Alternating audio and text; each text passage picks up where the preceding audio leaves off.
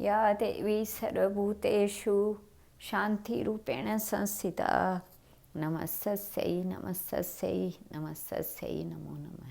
या देवी सर्वभूतेषु श्रद्धारूपेण संस्थिता नमस्तस्यै नमस्तस्यै नमस्तस्यै नमो नमः। श्री वत्स ने अपनी सारी राम कहानी उस मालिन से कह सुनाई। मालिन ने उन्हें अपना भाई धर्म भाई बनाकर अपने पास रख लिया। सोतीपुर के राजा बाहुदेव की एक कन्या थी, उसका नाम था भद्रा। श्री वत्स नरेश की प्रशंसा सुनकर उसने देवी की आराधना करके उन्हें ही पति के रूप में पाने की प्रार्थना की थी।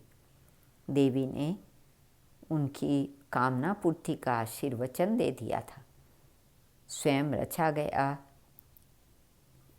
रचा गया।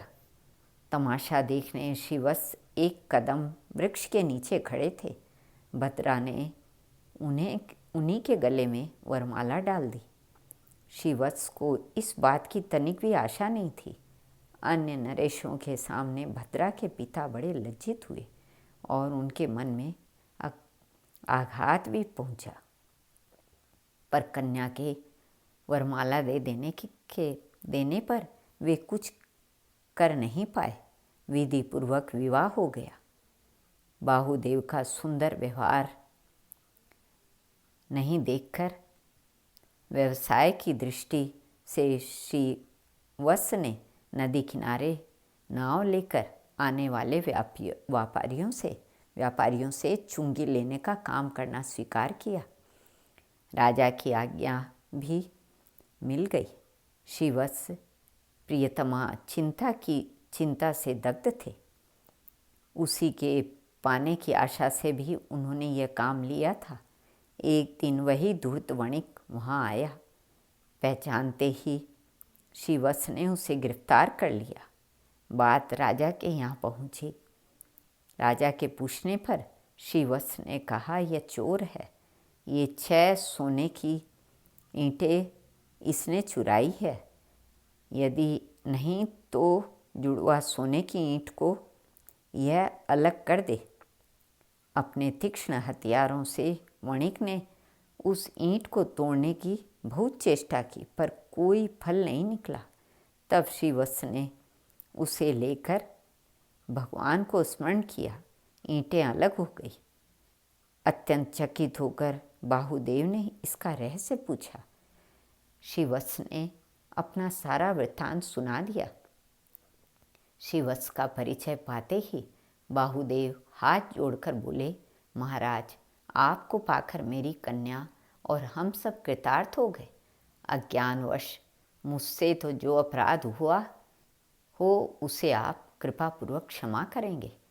इसके बाद राजा अपनी रानी के साथ स्वयं नौका पर गए। वहाँ उन्होंने चिंता को दयनीय स्थिति में पाया। राजा रानी दोनों एकटक उसकी ओर देखने लगे और फिर आदरपूर्वक राज्य भवन में ले आए। बाहुदेव ने वस्त्राभूषणों से सुसज्जित कर चिंता को श्री वत्स के पास भेज दिया। चिंता पति के पास जाते ही चरणों पर गिर पड़ी। श्री वत्स ने उसे हृदय से लगा लिया। दोनों की आंखें बरस रही थी। दोनों ने अपनी विशद गाथा एक दूसरे को सुनाई और भगवान के कृतज्ञ हुई। कुछ देर बाद भद्रा चिंता को अपनी माता के पास ले गई। भद्रा की माता ने उसे बेटी की तरह प्यार किया, प्रेम से भोजन कराया और आशीर्वाद दिया। सौतों में प्राय द्वेष रहता है, पर चिंता और भद्रा ये 2 बहनों की तरह आपस में मिल गई। दूसरे दिन दरबार में जब बाहुदेव के पास ही सिंहासन पर श्री वत्स बैठे, तब शनिदेव ने आकर कहा, राजन, आप बड़े धर्मात्मा हैं। इतने दिनों में आपका कर्म भोग पूरा हुआ है। मैं तो केवल निमित्त मात्र था। अब आपके विपत्ति के दिन समाप्त हो गए। आप जाकर राज्य कीजिए। सती चिंता और आप दोनों का नाम युग युग तक रहेगा। शनिदेव अंतर्ध्यान हो गए। कुछ दिनों बाद अपनी दोनों पत्नियों के साथ राजा श्रीवत्स अपने राज्य में लौट गए और आनंद पूर्वक राज्य करने लगे।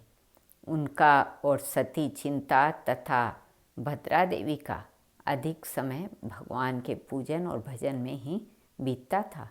धर्म ही उनके प्राण थे। श्री कृष्णार्पण।